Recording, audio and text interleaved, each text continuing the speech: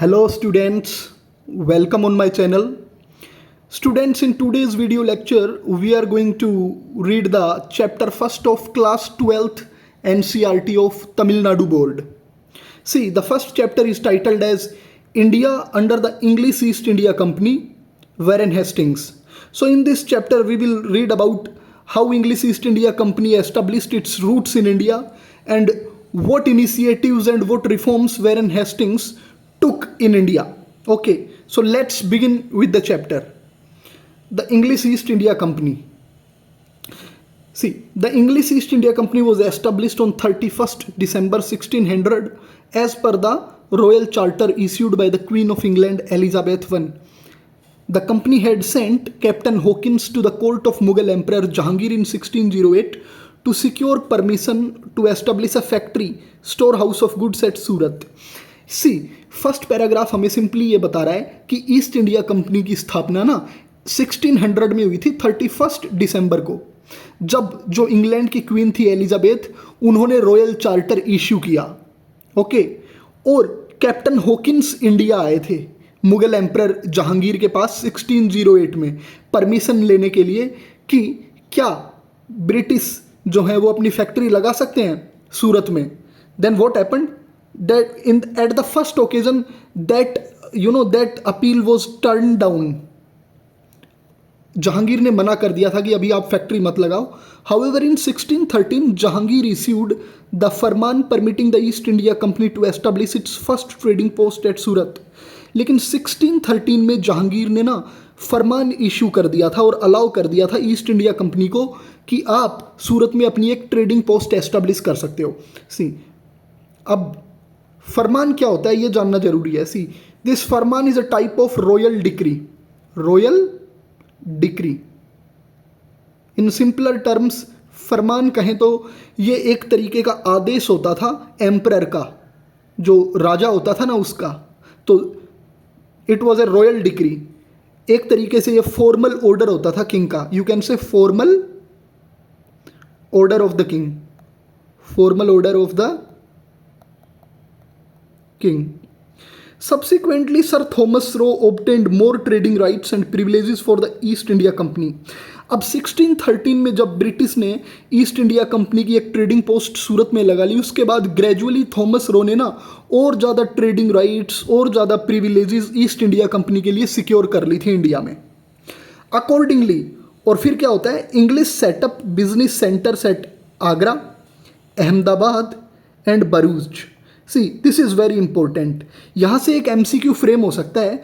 UPSC आपसे पूछ सकती है कि which amongst the following were the places where English set up their business centres. See, so option में आगरा, अहमदाबाद, बरूच आ सकता है. आपसे वो पूछ सकते हैं 1 ओनली, 2 and 3 ओनली, या आगरा, अहमदाबाद, बरूच ऑल 3. तो आप ये ध्यान रखेंगे कि उन्होंने अपने बिजनेस सेंटर्स किन किन जो इंडिया के सिटीज़ हैं वहाँ एस्टेब्लिश किए. Slowly, English East India Company succeeded in expanding its area of trade. Gradually, as the time lapsed, east India company ने धीरे धीरे क्या किया, अपना उसका जो एरिया ऑफ ट्रेड था उसको और मजबूत किया. इंडिया के अंदर वो अपनी ट्रेड रूट्स बढ़ाने लगे. Moving ahead, in 1639 Francis Day established the city of Madras and constructed Fort St. George. See, this is a very important fact. अगर मैच द फॉलोइंग में या आइडेंटिफाई द पेयर्स करके कोई क्वेश्चन पूछ ले UPSC आपको किसी एग्जाम में, that who established Madras, then you need to remember the name of Francis Day. Okay, या आपसे ऐसे पूछ सकता है, यहाँ लिख देंगे मद्रास और यहाँ सामने लिख देंगे वेरन हेस्टिंग्स, और आपको बोलेंगे क्या ये पेयर ठीक है, तो आप बोलेंगे नहीं ये गलत है, because Madras was established by Francis day. तो आप अपने दिमाग को एक्टिव रखिए कि किस तरीके से यूपीएससी अपने क्वेश्चंस फॉर्मुलेट करता है. Moving ahead, on the west coast the company obtained Bombay on lease from their king Charles II for a rent of 10 pounds per annum in 1668. India की जो वेस्टर्न कोस्ट है ना, वहाँ पे जो बॉम्बे हमारा मुंबई है आज की तारीख में, वो जो शहर स्थित है, उसको ईस्ट इंडिया कंपनी ने ना रेंट पे ले लिया था चार्ल्स II किंग से. 1668 में कितने पैसे में, 10 pounds देंगे पर ईयर. ये देखिए, तो आपको ये फैक्ट याद रखना है, कल को स्टेटमेंट आ जाए कि east India company took Bombay from Charles to on rent, तो आपको ध्यान रखना है, जी हाँ, that is correct statement. By the year 1690, Job Charnock, the agent of East India Company, purchased 3 villages, namely Sutanuti, Govindpur, Kalikata, which in course of time grew into the city of Calcutta. ये देखिए, again there is a very important fact. अगर कोई MCQ आता है या match the following आता है, that who established the city of Calcutta, then you guys need to remember the name of Job Charnock. ठीक है, मद्रास किसने किया? फ्रांसिस डे ने. एंड कलकत्ता किसने किया? जोब Charnock. It was fortified by Job Charnock, who named it Fort William after the English king, William III. The factories and trading centers which the English established all along the sea coast of India were grouped under 3 presidencies, namely Bombay, Madras and Calcutta. अब ये बिल्कुल ही important fact है, जहाँ जहाँ English East India company ने अपनी factories लगाई, trading centres लगाए ना, उन सारी जगहों में से अगर कोई इम्पोर्टेंट जगह थी तो वो बॉम्बे, मद्रास और कलकत्ता थी. और ये इतनी इम्पोर्टेंट थी कि इनको ना प्रेसिडेंसी कहा जाता था. ये 3 मेन प्रेसिडेंसी थी और ये कोस्टल सिटीज़ थे इंडिया के, Bombay, Madras and Calcutta. Now moving ahead, after the battle of Plassey in 1757 and the battle of Buxar in 1764, the company became a political power. Okay, जब बैटल ऑफ प्लासी हुआ 1757 में और बैटल ऑफ बक्सर हुआ 1764 में, कंपनी एक पॉलिटिकल पावर बन गई. India was under the East India companies rule till 1858. India east India company के रूल के अंडर था 1858 तक. When it came under the direct administration of British crown. After 1858 company का रूल एंड हो जाता है और जो गवर्नमेंट ऑफ इंडिया एक्ट पास होता है ना 1858 में, उससे ईस्ट इंडिया कंपनी से रूल डायरेक्टली कौन ले लेता है? British crown. तो आपको ये बिल्कुल फैक्ट, बहुत ही इंपॉर्टेंट फैक्ट है, आपको याद रखना है कि कौन से एक्ट से या किस ईयर में British crown took over the reign of India from East India company. So the correct answer will be year 1858. Robert Clive was the first governor of Fort William. Okay, जो Robert Clive थे, who led the forces of England in these 2 battles, battle of Plassey and battle of Buxar. He was the first governor of Fort William. आपने ऊपर पढ़ा था ना, ये fort William किसने establish किया था?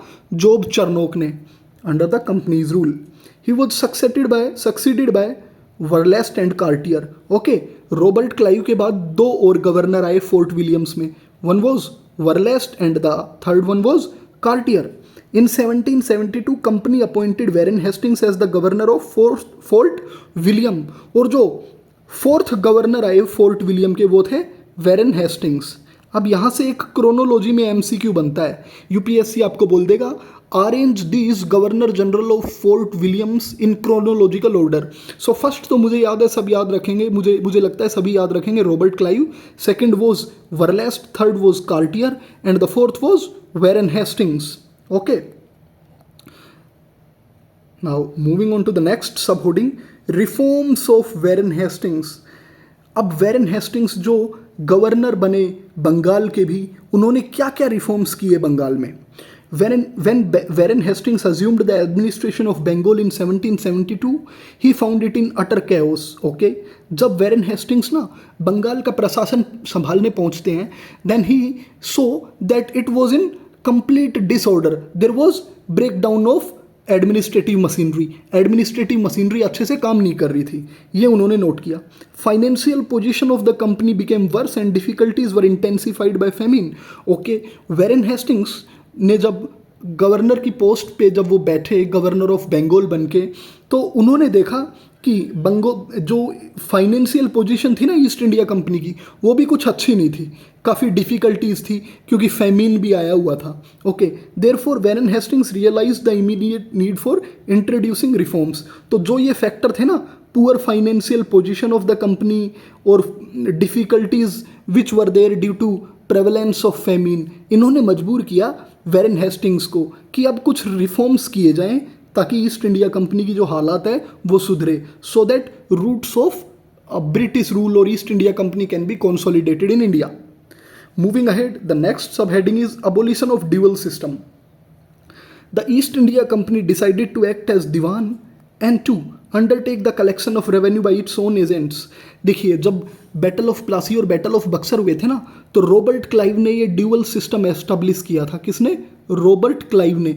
इस सिस्टम में क्या था कि जो ब्रिटिश ईस्ट इंडिया कंपनी थी ना, उसके पास दीवानी राइट्स आ गए थे।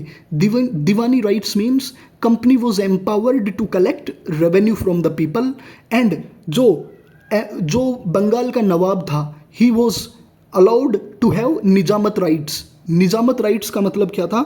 निजामत राइट्स का मतलब होता है कि जो बंगाल का नवाब था, उसी की ऑब्लिगेशन थी लॉ एंड ऑर्डर मेंटेन करना। Okay, to administer law and order. अब वैरेन हेस्टिंग्स ने देखा कि ये गलत है, so what he did, Warren Hastings abolished dual system introduced by Robert Clive. Robert Clive ने जो ये ड्यूअल सिस्टम इंट्रोड्यूस किया था ना, इसे वैरेन हेस्टिंग्स ने अबोलिश कर दिया। As a measure to improve the finances of the company, Warren Hastings reduced the nawab's allowance of 32 lakh of rupees to half that amount. He also stopped the annual payment of 26 lakhs to the Mughal emperor. अब company की financial position को strengthen करने के लिए Warren Hastings ने क्या किया? Dual system को अबोलिश करके, ड्यूअल सिस्टम के तहत जो बंगाल का जो नवाब था, उसको 32 लाख रुपए की जो सालाना पेंशन मिलती थी ना, उसको कम कर दिया गया। यानी 32 लाख से वो कितनी कर दी गई? 16 लाख कर दी गई थी। तो अब कंपनी का जो रेवेन्यू है वो बचेगा। देखिए कितना प्रैग्मेटिक और प्रूडेंट डिसीजन लिया वैरेन हेस्टिंग्स ने। और वैरेन हेस्टिंग्स ने जो एनुअल पेमेंट पे करनी पड़ती थी ना मुगल एम्परर को, उसको भी रोक दिया। He decided that East India Company will not pay a single penny to Mughal emperor. Mughal emperor को अब से ईस्ट इंडिया कंपनी कोई पैसा नहीं देगी। ओके, सी कितना अच्छे से काम कर रहा था वो ब्रिटिश के लिए Warren Hastings. Now we will move to the revenue reforms. After the abolition of dual system, the responsibility of collecting the revenue fall on the shoulders of the company. जब ये dual system abolish कर दिया गया, मैंने आपको बताया ना dual system क्या था, कि revenue जो होगा इसे कंपनी कलेक्ट करेगी एंड लॉ एंड ऑर्डर जो होगा ना, इसको कौन देखेगा? एम्परर, और बेटर टू से नवाब ऑफ बंगाल। लेकिन अब ये अबोलिश हो चुका था, तो अब इसमें क्या था कि कंपनी की ही दोनों रिस्पॉन्सिबिलिटी थी। कंपनी ही रेवेन्यू कलेक्ट करेगी as well as law and order को भी एडमिनिस्टर कंपनी ही करेगी। तो आप बोल सकते हैं कि जैसे ही ड्यूअल सिस्टम अबोलिश हुआ ना, कंपनी की रिस्पॉन्सिबिलिटी बढ़ गई थी। अब रेवेन्यू के साथ साथ एडमिनिस्ट्रेटिव टास्क को ओवरसी करना भी कंपनी की जिम्मेदारी थी। For that purpose a board of revenue was established at Calcutta to supervise the collection of revenue. अब वैरेन हेस्टिंग्स ने एक बोर्ड ऑफ रेवेन्यू एस्टेब्लिश किया कलकत्ता में। किस ऑब्जेक्टिव से किया बोर्ड ऑफ रेवेन्यू एस्टेब्लिश? कि जो रेवेन्यू कलेक्ट करते हैं ना जो लोग, उनको सुपरवाइज करना है। रेवेन्यू कलेक्शन के सारे मैटर्स ये बोर्ड ऑफ रेवेन्यू देखेगा। English collectors were appointed in each district. हर डिस्ट्रिक्ट में ना इंग्लिश कलेक्टर्स अपॉइंट किए गए। Treasury was removed from Murshidabad to Calcutta and an accountant general was appointed. जो खजाना था, सरकारी खजाना, उसे मुर्शिदाबाद से कलकत्ता लेके आया गया और एक अकाउंटेंट जनरल भी अपॉइंट किया गया जो बोर्ड ऑफ रेवेन्यू और इन सारे मैटर्स को देखेगा। Calcutta thus became the capital of Bengal in 1772 and shortly after the British India. और जब ये बोर्ड ऑफ रेवेन्यू एस्टेब्लिश हुआ, अकाउंटेंट जनरल एस्टेब्लिश किए गए, उसके बाद क्या हुआ कि कलकत्ता जो है ये कैपिटल बन गया बंगाल की इन द ईयर 1772। ठीक है, अब ये तो नेचुरल है कि जहाँ फाइनेंसिस होंगे ऐसे ही किसी शहर को कैपिटल भी बनाया जाएगा। Okay, the next is the board of revenue farmed out the lands by auction for a period of 5 years instead of 1 year in order to find out their real value. जो ये board of revenue establish किया गया था ना वैरेन Hastings की tenure के duration में, उसने क्या किया कि जो ज़मीनें दी जाती थी ना जमींदार्स को, वो अब ऑक्शन के थ्रू दी जाएंगी और वो 1 साल के लिए नहीं 5 साल के लिए दी जाएंगी। ऑक्शन, बोली लगेगी, इट मीन्स बिडिंग। जो सबसे ज़्यादा बोली लगाएगा ज़मीन उसी को दे दी जाएगी। The zamindars were given priority in the auction. जो बिडिंग होती थी, जो बोली लगती थी, उसमें ज़मींदार्स को प्रायोरिटी दी जाती थी, कुछ प्रिविलेजेस होती थी। Okay, however certain good measures were taken to safeguard the interest of peasants. अब पीजेंट्स का एक्सप्लॉइटेशन ना हो, इसको भी ध्यान में रखते हुए कुछ अच्छे कदम भी उठाए गए थे। Like arbitrary cesses and unreasonable fines were abolished. जो छोटे मोटे किस्म के सेसिस थे, टैक्सेस थे, फाइन्स थे, उनको अबोलिश कर दिया गया था। Restrictions were imposed on the enhancement of rent. बिना बात के रेंट बढ़ा देना पीजेंट्स के लिए, रेंट लैंड का, उसके ऊपर रिस्ट्रिक्शन आ गए थे। Yet the system was a failure. फिर भी ये जो सिस्टम ऑफ ऑक्शन करना था ना, सिस्टम ऑफ बिडिंग था, लैंड की ऑक्शन की जाती थी, ये फेलियर प्रूव हुआ। Many zamindars defaulted and arrears of revenue accumulated. क्यों फेल हुआ ये सिस्टम? ये सिस्टम ऑफ ऑक्शनिंग, बिडिंग होती थी ना, ये फेल इसलिए हुआ, जमींदार्स डिफ़ॉल्ट कर जाते थे, सरकार को पे ही नहीं करते थे। इसलिए क्या होता था, जो रेवेन्यू था वो कम पड़ता गया, वो मतलब बढ़ता ही गया, अक्यूमुलेट होते गए, लेकिन कभी जमींदार्स ने उनको गवर्नमेंट रेवेन्यू जो अकाउंट होता है उसमें कभी डिपॉजिट ही नहीं करवाया। ओके, अब before moving on to the next para, let me tell you one thing. ये जो सिस्टम ऑफ ऑक्शन था ना, बिडिंग, इसके लिए एक टर्म यूज होता था उस टाइम पे, Izaredari system. Izaredari system, this was called as Izaredari system. आप प्रीलिम्स के लिए ध्यान रखेंगे ये इजरेदारी सिस्टम। अगर कोई एमसीक्यू आ जाए ना, व्हाट वॉज इजरेदारी सिस्टम, और ये किसके टाइम पे था, तो वेरेन हेस्टिंग्स के टाइम पे था। और इजरेदारी सिस्टम क्या था? A system of auctioning lands, a system of granting lands to those zamindars who bid the highest, जो सबसे ज़्यादा बोली लगाते थे। Next is reorganisation of judicial system. अब वेरेन हेस्टिंग्स ने जुडिशियरी जो थी, जुडिशियल सिस्टम था, उसके अंदर भी रिफॉर्म्स किए। Judicial system at the time of Warren Hastings ascendancy was a store house of abuses. जब वेरेन हेस्टिंग्स गवर्नर बने बंगाल के, तो उनके टाइम पे काफ़ी, आप बोल सकते हो कि judicial system was not functioning properly, there was mall administration. ठीक है, इसमें मतलब अच्छे से स्मूथली जुडिशरी काम नहीं कर रही थी। The Nawab who was either to the chief administration of justice misused his powers. पहले क्या था, वेरेन हेस्टिंग्स के आने से पहले कौन ऐड था? कंपनी तो केवल रेवेन्यू रखती थी और लॉ और ऑर्डर एंड जस्टिस नवाब देखता था। तो नवाब क्या करता था, अपनी पावर्स को मिसयूज करता था। ओके, ऑफन हिज जजमेंट्स वर केयरलेस। उसके जो जजमेंट्स थे ना, दे वर इलॉजिकल, केयरलेस, वो लोगों का ध्यान ही नहीं रखते होंगे। The zamindars who acted as जजेस at lower levels within their own areas were highly corrupt and prejudiced. और लोकल लेवल पे जो जमींदार्स थे ना, वो ही जज का काम करते थे, वो खुद जस्टिस अथॉरिटी होते थे, तो वो भी मिसयूज करते थे अपनी पावर को। सो पूरा जो जुडिशियल इंस्टीट्यूशन था, it was marred by extreme corruption. इसमें पूरी रिश्वतखोरी चलती थी। अब observing these problems, Warren Hastings took important initiative. He reorganized the judicial system. पूरे के पूरे judicial system को reorganize किया Warren Hastings ने। Each district was provided with a civil court under the collector and a criminal court under an Indian judge. यानी हर जो district था ना, उसमें एक कलेक्टर आ गया था, जो क्या करे, जो क्या होगा, सिविल कोर्ट का हेड होगा। कलेक्टर किसका हेड था? सिविल कोर्ट का। सिविल कोर्ट, हर डिस्ट्रिक्ट में जो कलेक्टर था ना, वो सिविल कोर्ट को देखेगा। और क्रिमिनल कोर्ट के लिए एक इंडियन जज अपॉइंट किया जाएगा। क्रिमिनल कोर्ट के लिए सिविल कोर्ट यानी कि कोई पैसे का मामला हो गया, ये सारे मैटर सिविल कोर्ट देखेगा। क्रिमिनल मर्डर हो गया या कोई चोरी होगी बहुत बड़ी, इन सारे मामलों को क्रिमिनल देखेगा। To hear appeals from the district courts to appellate courts, one for civil cases and another for criminal cases were established at Calcutta.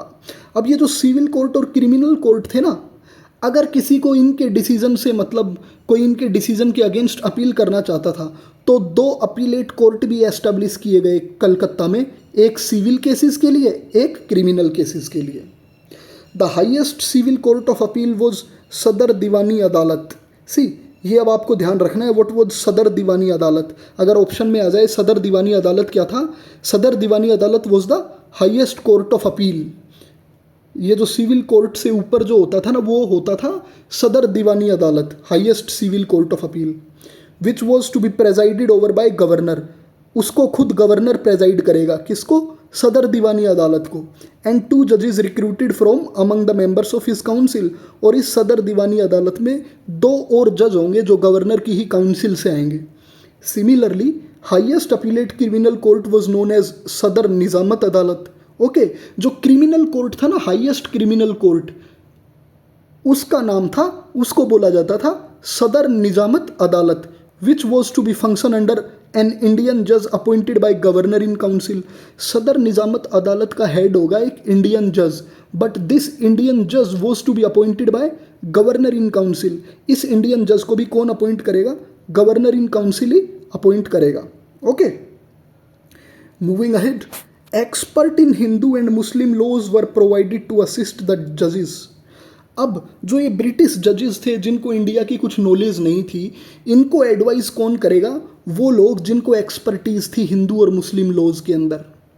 A digest of Hindu laws was prepared in Sanskrit by learned pandits and it was translated into Persian.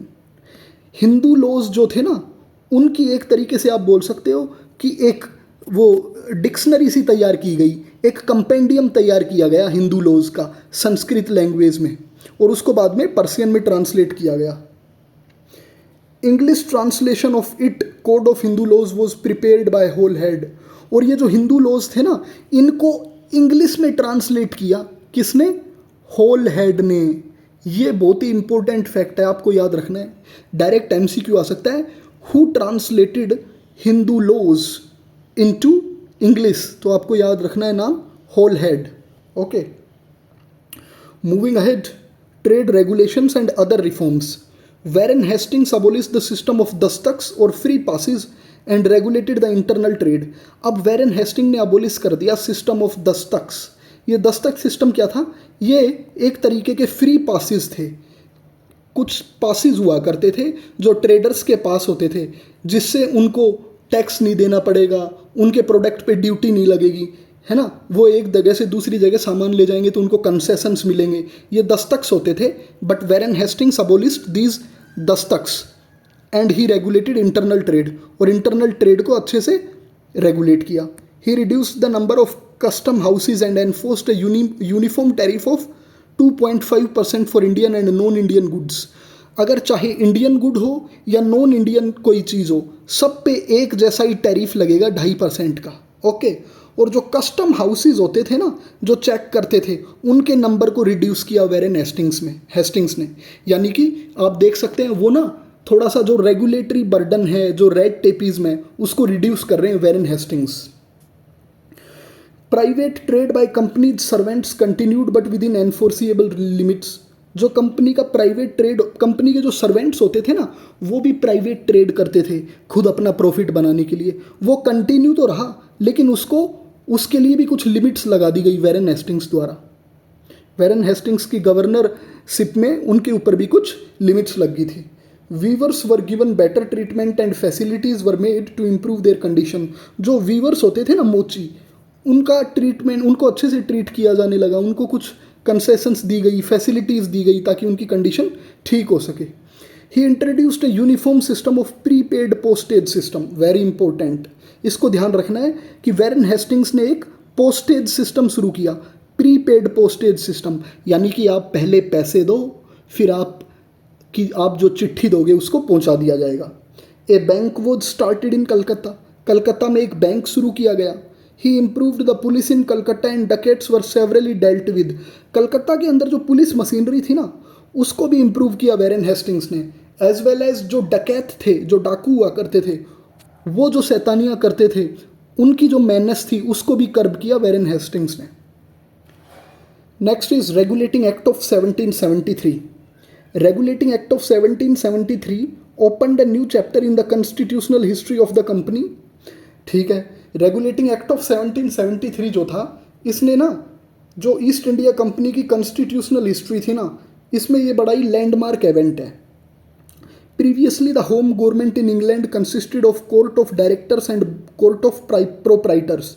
जब ये act नहीं आया था ना, तो home government थी ना England की, जिसमें कोर्ट ऑफ डायरेक्टर्स और कोर्ट ऑफ प्रोप्राइटर्स होते थे, वो एडमिनिस्ट्रेशन पे ध्यान रखते थे। लेकिन अब रेगुलेटिंग एक्ट आ गया था।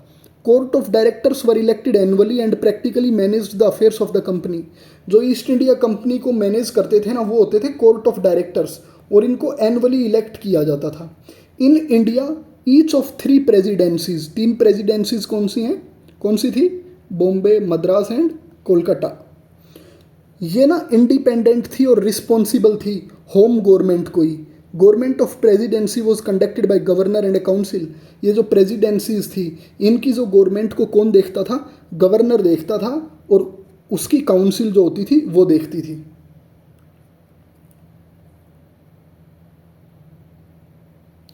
The following conditions invited the parliamentary intervention in companies affairs.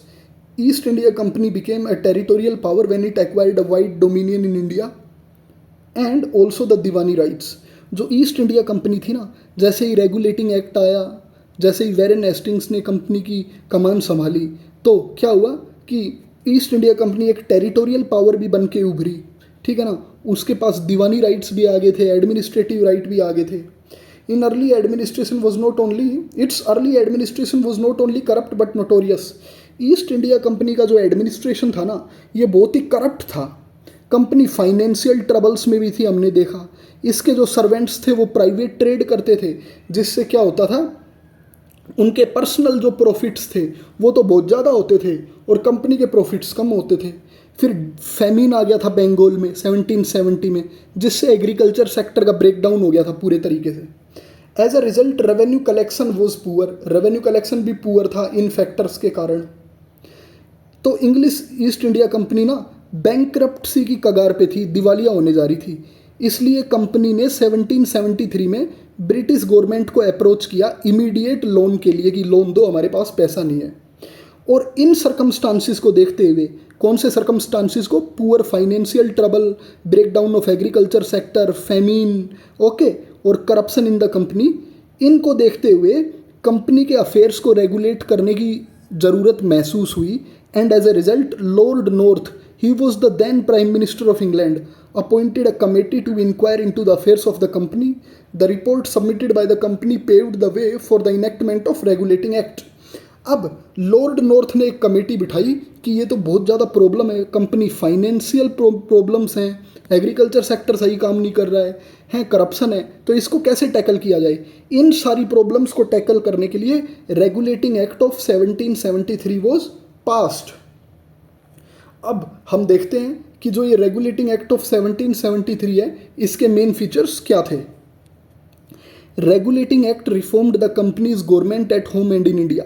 Regulating act ने ना, ये जो कंपनी की गवर्नमेंट थी ना, इसके अंदर कुछ रिफॉर्म्स किए, इंडिया के अंदर भी और इंग्लैंड के अंदर भी। The term of office of the members of court of directors was extended from 1 to 4 years। जो कोर्ट ऑफ डायरेक्टर्स थे ना, जो कंपनी के अफेयर्स को मैनेज करते थे, ईस्ट इंडिया कंपनी के अफेयर्स को, उनका जो टेन्योर है वो 1 से 4 साल कर दिया गया था। And 1/4 of them to retire every year and retiring directors were not eligible for re election. ये देखिए, अब जो कोर्ट ऑफ डायरेक्टर्स थे, इनमें से जो 1/4 मेंबर्स होते थे ना, टोटल का 1/4, वो एवरी ईयर रिटायर हो जाएंगे और वो इलिजिबल नहीं होंगे दोबारा कंपनी में जाने के लिए, कोर्ट ऑफ डायरेक्टर्स की के ऑफिस में अपॉइंट नहीं हो सकेंगे। तो ये काफ़ी अच्छी पहल थी रेगुलेटिंग एक्ट 1773 की। Next was governor of Bengal was styled governor general of Fort Williams, whose tenure of office was for period of 5 years। जो governor general of Fort William की पोस्ट थी ना, अब इसका नाम बदल के गवर्नर ऑफ बंगाल कर दिया गया।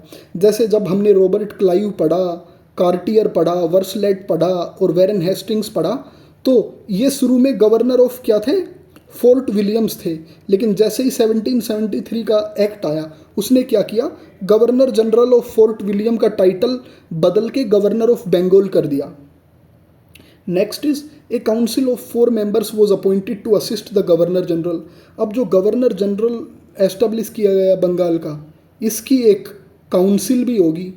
इस काउंसिल में क्या होंगे, 4 members होंगे, जो क्या करेंगे, गवर्नर जनरल को एडवाइस दिया करेंगे इंपॉर्टेंट एडमिनिस्ट्रेटिव मैटर्स पे।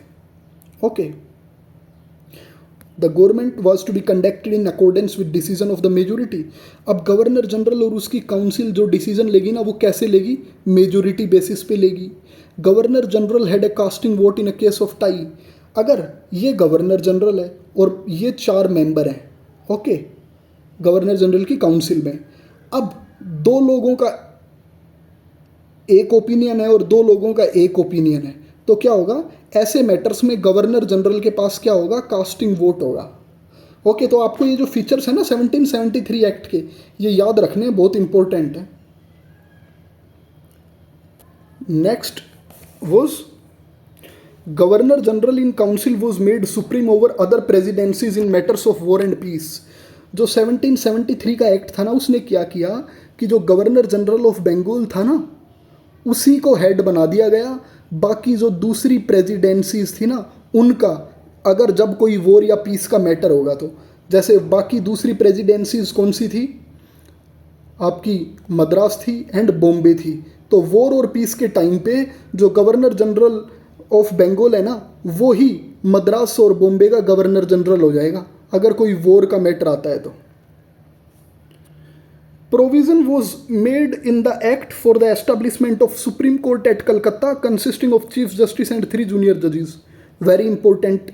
अगर आपसे कल को कोई प्रीलिम्स में सवाल पूछ ले that which act established a Supreme Court in Calcutta, तो आपको ध्यान रखना है 1773 रेगुलेटिंग एक्ट, जिसने एक सुप्रीम कोर्ट एस्टेब्लिश किया, एक चीफ जस्टिस और 3 जजेस होंगे।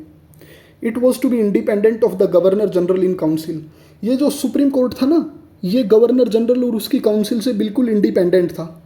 इन 1774 supreme court was established by royal charter. 1773 में एक्ट पास हुआ और 1774 में सुप्रीम कोर्ट एस्टेब्लिश कर दिया गया। This act prevented servants of company including governor general, members of his council and जजेस of the supreme court from receiving directly or indirectly any gifts in kind or cash. 1773 के act ने क्या किया, जो company के servants होते थे, company में जो लोग काम करते थे, एज वेल एज जो गवर्नर जनरल था और उनकी जो काउंसिल के मेंबर्स थे ना, उनको भी रोक दिया गया कि अब वो किसी से ना डायरेक्टली और इनडायरेक्टली किसी तरीके का गिफ्ट नहीं ले सकते, कैश में और इन काइंड। ओके, तो देखिए कितना इम्पोर्टेंट मैटर है, कितना मतलब कंपनी की पोजीशन को कंसोलिडेट करने के लिए और स्मूथ एडमिनिस्ट्रेशन चले, इन सब को इंश्योर करने के लिए 1773 एक्ट ने कितना कुछ किया है ना। सुप्रीम कोर्ट एस्टेब्लिश किया, गवर्नर कोर्ट ऑफ डायरेक्टर्स जो थे वो रिटायर हो जाने थे एवरी ईयर। गवर्नर जनरल की काउंसिल में 4 मेंबर थे, मेजोरिटी डिसीजन लेगी और कास्टिंग वोट गवर्नर जनरल के पास आएगा, है ना। तो बहुत ही इंपॉर्टेंट स्टेप लिए गए। वॉर और पीस के टाइम पे गवर्नर जनरल इन काउंसिल जो बंगाल का है, वही मद्रास और बॉम्बे को ओवरसी करेगा। अब जब ये इंपॉर्टेंट एक्ट था तो इसकी कुछ मेरिट्स और डीमेरिट्स भी थी।